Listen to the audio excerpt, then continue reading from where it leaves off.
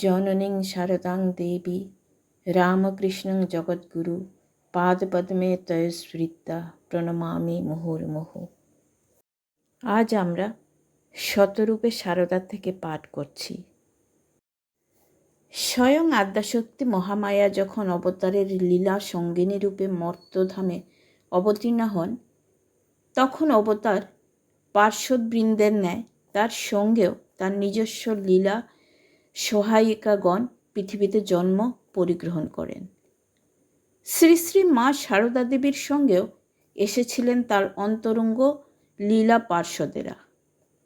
সংখ্যায় তারা ছিলেন প্রধানত তিনজন: গোলাপ সুন্দরী, যোগীন্দ্রমোহিনী এবং সন্ন্যাসিনী গৌরীপুরী।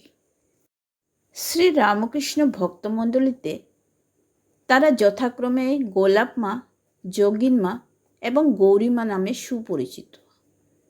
এই তিনজনের মধ্যে প্রথম দুজন ছিলেন শ্রী শ্রী মায়ের আমৃত্য সঙ্গিনী। শ্রী শ্রী মা স্বয়ং অসাধারণ মর্যাদায় তাদের বিভূষিতা করে বলেছেন, ওরা আমার জয়া বিজয়া।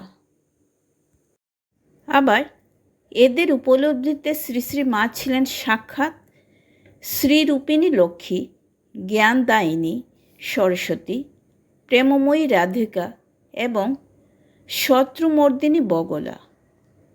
ঈশ্বর কৃপায় এরা দুজনেই সর্ববিধ সংসার বন্ধন থেকে মুক্তিলাভ করে দীর্ঘকাল শ্রী শ্রী মায়ের ঘনিষ্ঠতম সান্নিধ্য লাভ করে সর্বক্ষণ তাকে সেবা এবং তার অনুপম লীলা বৈচিত্র্য ও মাহাত্ম্য প্রত্যক্ষ করার দুর্লভতম সৌভাগ্য লাভ করেছিলেন। গৌরীমার দৃষ্টিতেও শ্রী শ্রী মা ছিলেন জগন্মাতা স্বয়ং।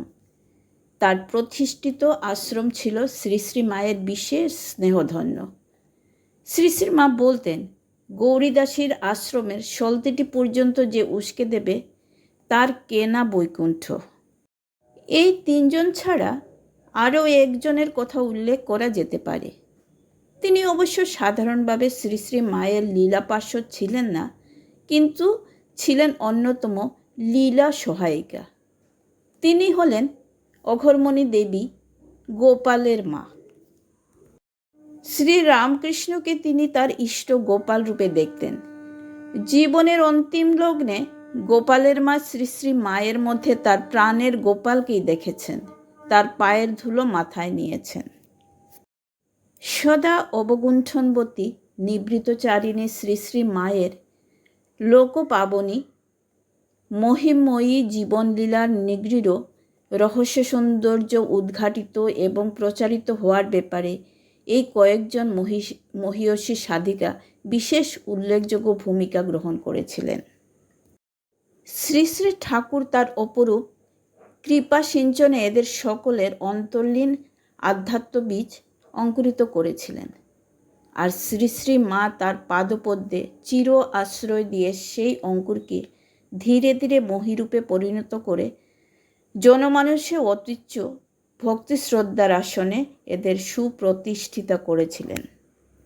বস্তুত এদের জীবন ও সাধনা সব কিছুই অনুক্ষণ শ্রী শ্রী মাকে কেন্দ্র করে আবর্তিত হতো। অবশ্য এদের কথা আলোচনার মূল তাৎপর্য শ্রী শ্রী মায়ের গুপ্ত লীলা মাধুরীর প্রকাশ্য রসাস্বাদন করার সুযোগ লাভ করে কৃতার্থ হওয়া। গোলাপ মা।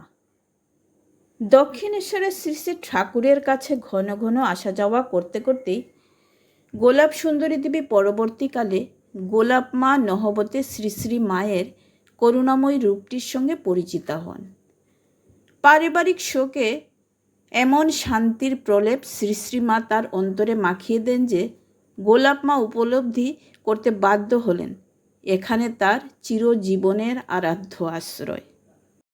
শ্রী শ্রী ঠাকুর জানতেন কোন হাড়ির মুখে কোন সোরা চাপা দিতে হয়, তাই তিনি গোলাপ মা ও যোগিন মাকে শ্রী শ্রী মায়ের হাতে তুলে দিয়ে নিশ্চিন্ত ছিলেন। গোলাপ মাও দীর্ঘ ৩৬ বছর শ্রী শ্রী মায়ের ছায়া সঙ্গিনী রূপে তার কর্তব্য পালন নিষ্ঠা ভরে পালন করে গেছেন। গোলাপ মাকে শ্রী শ্রী ঠাকুর বলেছিলেন, ও শ্রী শ্রী মা শারদা সরস্বতী, কিন্তু বাহ্যিক দৃষ্টিতে গোলাপ মা শ্রী শ্রী মায়ের অতুলনীয় মাতৃভাব ও সর্বজীবের সন্তান বোধের অপূর্ব আস্বাদ পেয়ে বিভ্রমোহিত হয়েছিলেন।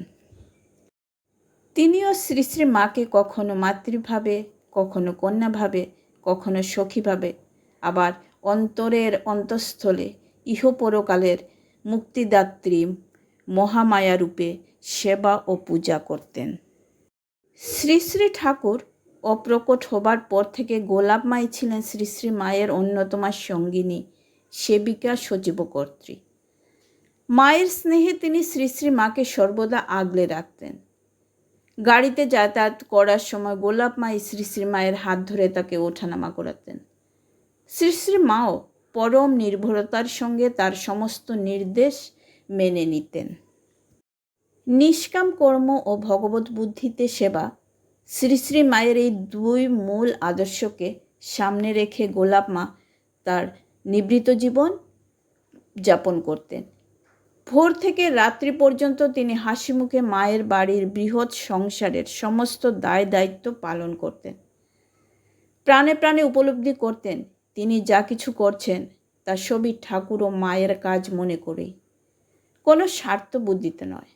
আবার উদয়স্থ কর্মের অবকাশে মায়ের অনুসরণে তিনি প্রতিটি মুহূর্ত জপ ধ্যানে কাটাতেন। শ্রী শ্রী মায়ের আদর্শে অনুপ্রাণিতা গোলাপ মা দিন দুঃখীর অভাব মোচনে সদা তৎপর থাকতেন। পারিবারিক সূত্রে তার প্রাপ্য মাসিক 10 টাকার প্রায় সবটাই তিনি দান করে ফেলতেন। রোগগ্রস্ত প্রতিবেশীর জন্য ডাক্তার, ওষুধের খরচ দিয়ে তিনি অনেক সময় ঋণ করতেও বাধ্য হয়েছেন। তবুও পরের সেবা থেকে কখনো বিরত হননি। এমনই ছিল তার সাধনা। শ্রী শ্রী মায়ের উদার হৃদয়ের স্পর্শে গোলাপ মা গোড়ামি এবং সূচি অসুচির ঊর্ধ্বে উঠতে পেরেছিলেন। শ্রী শ্রী মায়ের কৃপায় সাধন জীবনের শেষ ভাগে গোলাপ মা সর্বসংস্কার বিমুক্তা হয়ে সর্বজীবে ঈশ্বর ভাব আরোপ করতে পেরেছিলেন। একদিন অব্রাহ্মণ সেবক স্পৃষ্ট ডাটা চচ্চড়ি শ্রী শ্রী মাকে খেতে দেখে গোলাপ মা প্রতিবাদ জানালে মা উত্তরে বলেন যে ভক্তের কোনো জাত নেই। সঙ্গে সঙ্গে গোলাপ মাও মায়ের উচ্ছিষ্ট মুখে ফেলে নিঃশব্দে স্থান ত্যাগ করেন। শ্রীমাকে সীতারূপে চিনেছিলেন গোলাপ মা এবং সে কথা সকলের মাঝে নিঃসংকোচে তিনি প্রচারও করেছিলেন। ঘটনাটি হলো এই, শ্রীমা তখন রামেশ্বর তীর্থ থেকে কলকাতায় ফিরেছেন। কেদারবাবু তার সাথে দেখা করতে এসেছেন। তিনি শ্রীমাকে প্রশ্ন করেন, রামেশ্বর প্রভৃতি কেমন দেখলেন? মা বললেন, বাবা যেমনটি রেখে এসেছিল ঠিক তেমনটি আছেন। গোলাপ মা তখন ওইদিকে বারান্দায় যাচ্ছিলেন। তিনি মায়ের ওই কথা শুনে বললেন, কি বললে মা? মা একটু চমকে উঠে বললেন, ওই কি বলবো, বলছি এই তোমাদের কাছে যেমন শুনেছিলুম ঠিক তেমনটি দেখে বড় আনন্দ হয়েছিল। তখন গোলাপ মা বললেন, না মা, আমি সব শুনেছি, এখন আর কথা ফেরালে কি হবে? কেমন গো কেদার? এই কথা বলতে বলতে তিনি সেখান থেকে চলে গেলেন ও যোগিনমা প্রভৃতিকে সব বলতে লাগলেন। প্রাত্যহিক কর্মের নিখুঁত সুশৃঙ্খল অনুষ্ঠান যে পরিমাণে ভগবত পূজার সমতুল মর্যাদা লাভ করে এবং চিত্তের প্রশান্তি এনে দেয়, শ্রী শ্রী মায়ের এই নির্দেশ গোলাপ মা অক্ষরে অক্ষরে পালন করতেন। মা বলতেন, অপচয় করতে নেই, অপচয়ে মা লক্ষ্মী কুপিতা হন। গোলাপ মা জীবনের শেষ দিন পর্যন্ত এইটি পালন করে এসেছেন। শ্রী শ্রী মায়ের অন্তর্ধানের পরেও গোলাপ মা উদ্বোধনে মায়ের বাড়ির সংসার আগের মতোই শান্ত চিত্তে পরিচালনা করেছেন। মায়ের মতোই সেবা ও স্নেহে মন্দিরের সাধু ও ব্রহ্মচারীদের শ্রী শ্রী মায়ের বিয়োগ ব্যথা ভুলিয়ে দিয়ে রেখেছিলেন। জয় শ্রী শ্রী সারদা দেবীর জয়, জয় গোলাপ মায়ের জয়। আজকে এই পর্যন্তই বন্ধুরা, আগামী পর্বে আপনাদের সাথে আবার দেখা হচ্ছে। ভিডিওটি দেখার ও পাশে থাকার জন্য আপনাদের জানাই অসংখ্য ধন্যবাদ।